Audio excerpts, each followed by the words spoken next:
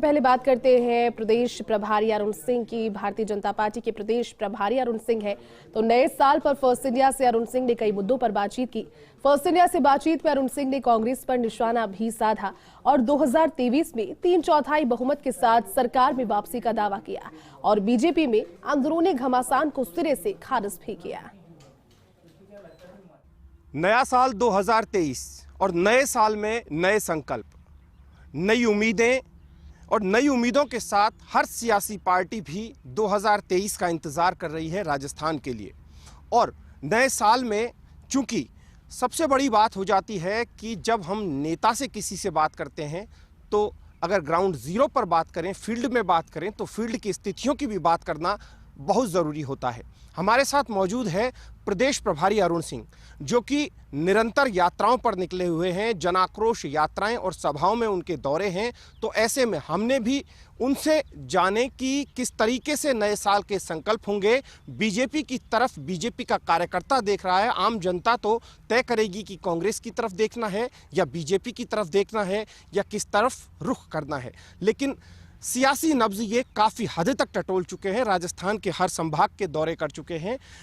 खेतों के बीच में, पगडंडियों के बीच आम आदमी के साथ जब जुड़ाव होता है, आम आदमी से बातचीत होती है, आम कार्यकर्ताओं से जब बातचीत होती है तो चीज़ें भी निकल कर आती है। हमारे साथ मौजूद है अरुण सिंह जी। अरुण सिंह जी, सबसे बड़ा सवाल ये कि अब 2023 की शुरुआत है, पहला दिन है, तो ऐसे में उम्मीद क्या लगा कर बैठे हैं कार्यकर्ता, क्योंकि आप लोगों ने उन्हें थका तो बहुत दिया है। देखिए, ये देश का भाग्य विधाता किसान है और मेरे पिताजी भी खेती किसानी करने वाले, मैं किसान का लड़का हूँ। इसलिए मेरा मानना है कि जो राजस्थान में किसान खुशहाल होना चाहिए। किसान की जिस प्रकार से दुर्दशा है, कांग्रेस की सरकार ने जब उनसे 4 साल पहले कहा था कि हम कर्जा माफ़ करेंगे, आज तक किसानों का कर्जा माफ़ नहीं हुआ। बाजरा खरीदने की बात हुई थी तो बाजरा भी नहीं खरीदा। और इसके साथ साथ देखिए कि जो किसान है उसके बिजली के दाम को लगातार बढ़ाए गए और डीजल पेट्रोल का दाम सबसे अधिक कहीं है उत्तर प्रदेश, हरियाणा, बगल के राज्य गुजरात, तो वहाँ से अधिक राजस्थान में है। हमारी सबसे बड़ी प्राथमिकता रहेगी कि किसान के मुद्दों को प्रभावी रूप से उठाना।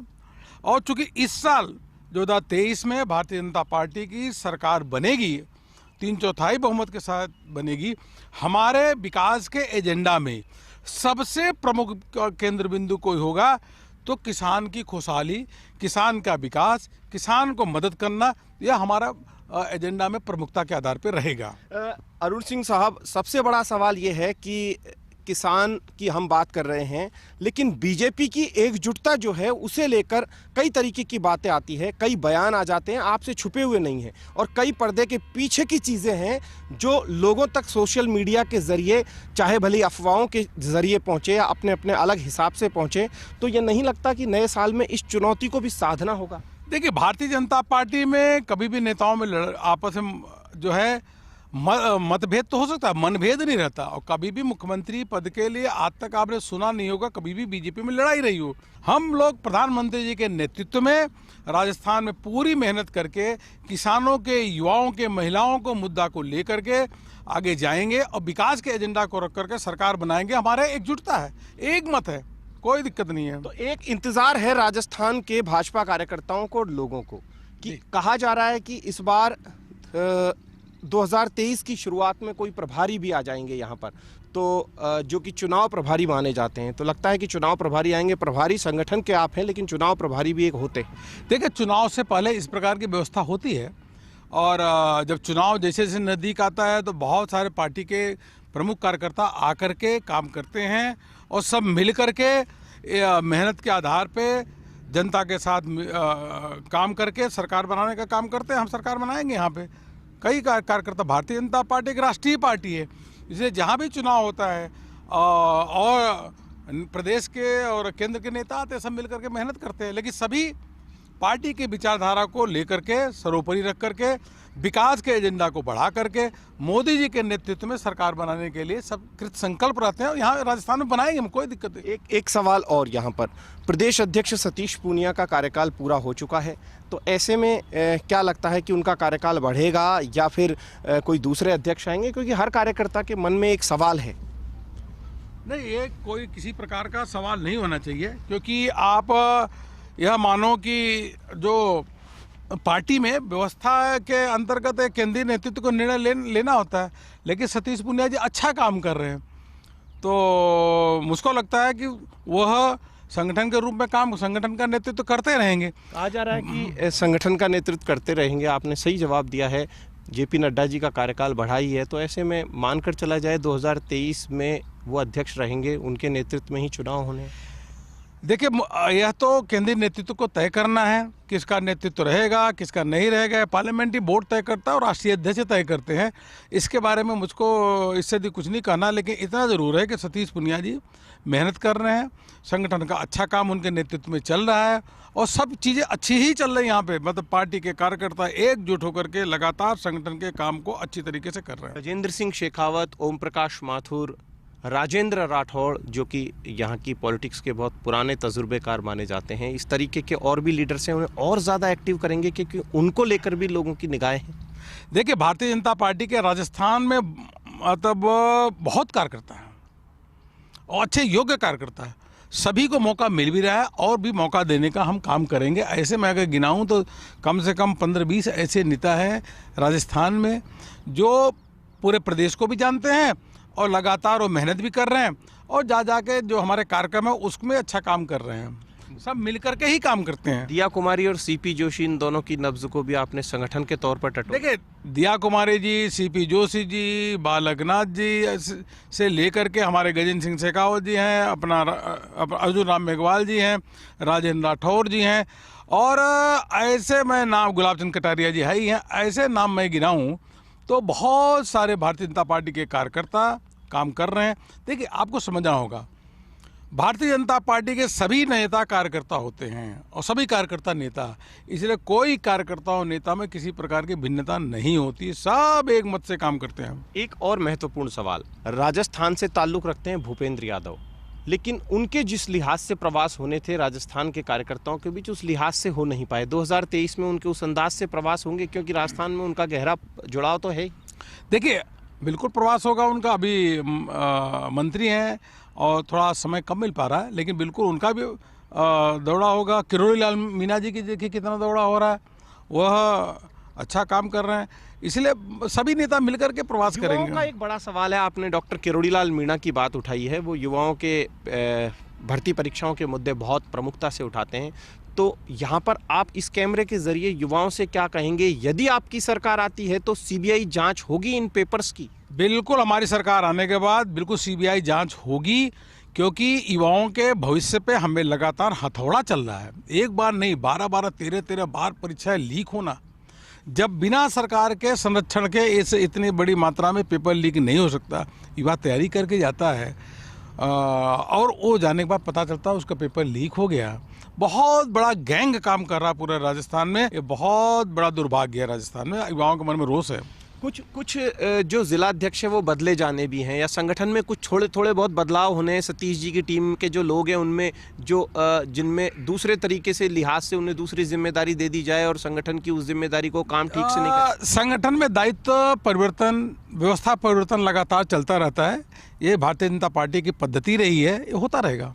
युवाओं को इस बार प्रमुखता से तरजीह मिलेगी क्योंकि गुजरात में ठीक ठाक से युवाओं का भी ध्यान रखा गया, कई टिकट भी बदले, तो ऐसे उम्मीद लगाकर बैठ सकते हैं लोग, क्योंकि आप लोगों का फीडबैक तो जाता ही है आला कमान के पास। देखिए, पुराने नेता जिनका अनुभव है, उनके अनुभव के आधार पे युवा नेता जो है उनका जो मेहनत और परिश्रम और तेज तर्रार जिस प्रकार से काम करते हैं, दोनों का एक संतुलन बैठा करके पार्टी आगे बढ़ रही है। तो इस बार मानकर चला जाए कि सर्वे जो है, सर्वे आप लोगों का भी होगा, क्योंकि आप जनाक्रोश यात्राओं में सर्वे भी कर रहे हैं और किस में कितना दम है ये भी देख रहे हैं, तो दमदार को मौका मिलेगा। देखिए, जन आक्रोश यात्रा अभी मैं उदयपुर संभाग के और भरतपुर संभाग के पूरा खुद रिव्यू किया हूँ और मैं बता सकता हूं कि जन आक्रोश यात्रा पहली बात तो 10 दिन हर विधानसभा में चली है। एक भी विधानसभा ऐसी नहीं जहां 10 की जगह 9 दिन चली है, बल्कि 11 दिन चली है। जन आक्रोश यात्रा के माध्यम से करोड़ों लोगों से संपर्क हुआ है और यह जन आक्रोश यात्रा से के माध्यम से लोगों के पास जाना, जन भागीदारी करना। अब जन आक्रोश सभा के माध्यम में लोग एकत्रित करके एक साथ होकर के वह जन आक्रोश सभा में आ रहे हैं। और तीसरा इसके बाद हुआ जिले में प्रदर्शन, और चौथा इसके बाद राजस्थान की राजधानी जयपुर में सचिवालय का घेराव करके एक मतलब आप सीरीज है। इसमें इस प्रकार से कि जन आक्रोश यात्रा में लोग, कुछ लोग कहते हैं नहीं है, अरे इतनी संख्या में आने की बात नहीं, उनके बाद जाने की बात थी। हमारे लोग एक एक विधानसभा में अगर 400-500 किलोमीटर रथ चला है, कार्यकर्ताओं ने दिन रात मेहनत किया है, तो लोगों के बीच में गए ना। यह लोगों के बीच में राजस्थान की जो आक्रोशित या अपना जनता है, उन जनता के बीच में जाने का ही कार्यक्रम था। मानकर चला जाए कि जो अरुण सिंह राजस्थान में बहुत ज़्यादा जानकारी नहीं रखते थे, वो अब लगभग कमोबेश तमाम विधानसभा क्षेत्रों की जान पहचान रखने लगे हैं। तो ऐसे में दूसरी पार्टियों के कई लोग यहाँ पर आने की चर्चाएं हैं। तो मानकर चला जाए 2023 में चौंकाने वाले कई चेहरे आपकी पार्टी में आएंगे। एक चेहरे का तो लंबे समय से इंतजार भी है। राजस्थान के लगभग सभी संभागों में और जिलों में, अधिकांश जिलों में मेरा प्रवास हो चुका है। संभाग केंद्र पे तो रात को रुकना भी हुआ है और कार्यकर्ताओं से मिल बैठ करके चर्चा भी की है। संगठन को भी हमने रिव्यू किया हुआ है और इशू भी हमको ध्यान है। बहुत सारे कार्यकर्ता आकर के काम पार्टी के करेंगे ही और करते ही हैं। तो मानकर चला जाए कि कई लोगों की भाजपा में एंट्री होगी इस बार। कई लोग भारतीय जनता पार्टी को ज्वाइन करना चाहते हैं और उनके निवेदन भी आए हैं।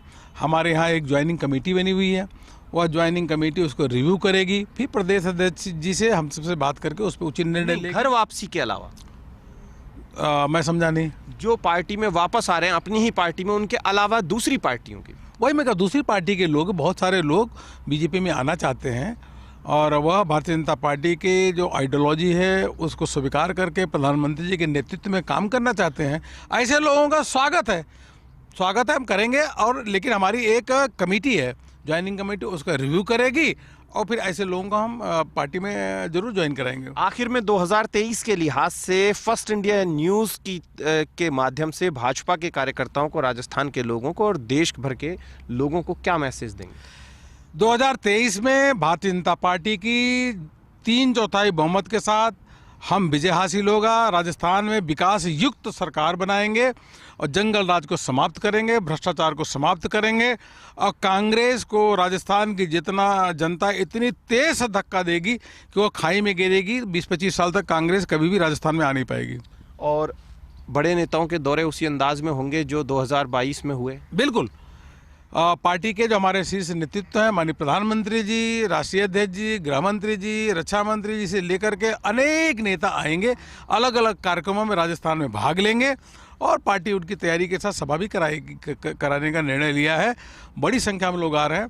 मैं अंत में इतने कहूँगा कि राजस्थान में जो हमारे कार्यकर्ता हैं, उन सभी को मैं ढेर सारी नए वर्ष की शुभकामनाएं देता हूँ। वह स्वस्थ रहें, पूरा परिवार स्वस्थ रहे, ऐसी मैं कामना करता हूं। और राजस्थान की जनता को भी मैं ढेर सारी शुभकामना देता हूं और आश्वस्त करता हूं कि भारतीय जनता पार्टी आपके कंधे से कंधे मिला करके इस विकास विरोधी जंगल युक्त सरकार कांग्रेस को उखाड़ फेंकने का काम करेगी और विकास युक्त सरकार भारतीय जनता पार्टी की मोदी जी के नेतृत्व में राजस्थान में बनाएगी। तो फर्स्ट इंडिया न्यूज़ के माध्यम से आपने जाना कि भाजपा के प्रदेश प्रभारी और राष्ट्रीय महामंत्री भाजपा अरुण सिंह ने किस तरीके से बात कही। ऐसे सवाल जिनका जवाब जानना कार्यकर्ताओं के लिए ज़रूरी था, आम जनता के लिए ज़रूरी था, बेबाकी से जवाब भी दिया।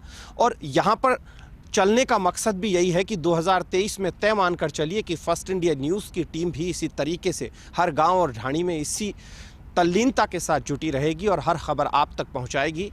कैमरामैन गिरीश के साथ ऐश्वर्य प्रधान, फर्स्ट इंडिया न्यूज़, जयपुर।